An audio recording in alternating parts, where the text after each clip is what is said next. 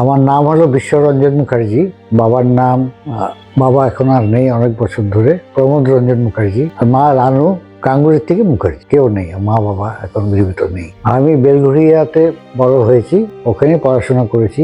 বঙ্গবাসীতে আমি কলেজ করেছি, ইউনিভার্সিটিতে। তারপরে অল এলং আমি শিপিং ব্যাকগ্রাউন্ডেই ছিলাম এবং 42 বছর বয়সে আমি গুজরাট চলে যাই। সেখানে গিয়ে আমি নিজেই ব্যবসা শুরু করি, জাহাজ বেচা কেনার। যে জাহাজগুলি ওল্ড এজ হয়ে যায় ফর স্ক্র্যাপিং, যা ওখানে স্ক্র্যাপ ইয়ার্ডের নাম হলো এশিয়ার সবচেয়ে বিগেস্ট ইয়ার্ড, তার নাম হলো অ্যালাং। আমার বাড়ির থেকে 50 কিলোমিটার দূরে ছিল। ওখানে প্রায় 463টা জাহাজ আমি বিক্রি করেছিলাম। আমার কোনো পার্টনার নেই, আমি একা। তারপর নানা কারণে ব্যবসা একটু মন্দাও আসলো, ব্যবসা একটু ঝামেলাও হলো। তারপরে আচানক আমি সমস্ত কিছু বিক্রি করে দিয়ে কলকাতার টানে চলে আসলাম। মারও বয়স হয়েছিল।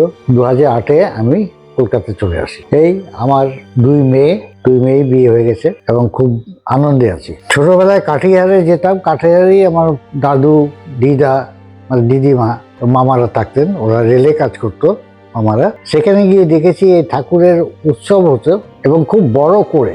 কাঠিহারে বলে 50% বাঙালি, অলমোস্ট এভরিবডি রাম ঠাকুরের শিষ্য বা শিষ্যা। তো সেখান থেকে একটু প্রভাবিত হয়েছে, কিন্তু খুব ছোট ছিলাম তখন। দাদুর কাঁধে চেপে নিয়ে যেত নানা অনুষ্ঠানে, দেখেছি সেগুলি। তারপর ক্রমাগত আমরা বেলঘরিয়া চলে আসি।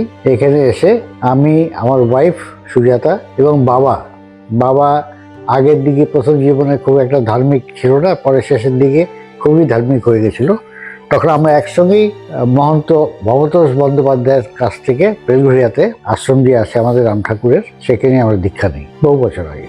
এটি কাহিনী। তারপর আমি 22 বছর গুজরাটে ছিলাম, তো বাংলার সঙ্গে প্রায় যোগাযোগই ছিল না। ওই বছর হয়তো 4 দিন 5 দিন আসতাম মাকে দেখতে।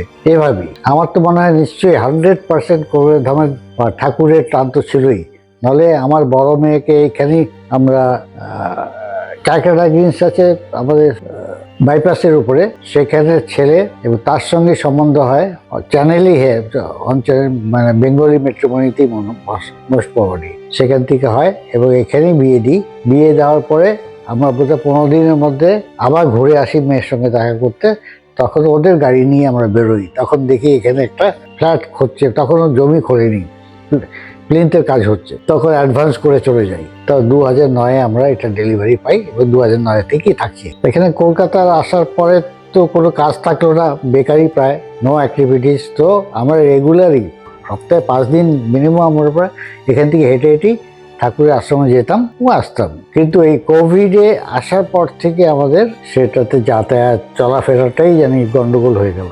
আমার এখন 76 ওভার বয়স, এখন চলতে ফিরতে একটু অসুবিধা হয়, যে কারণে হয় না। এই রিসেন্টলি 4 দিন 5 দিন আগেই একবার ঘুরে আসলাম, হেঁটেই এসেছি।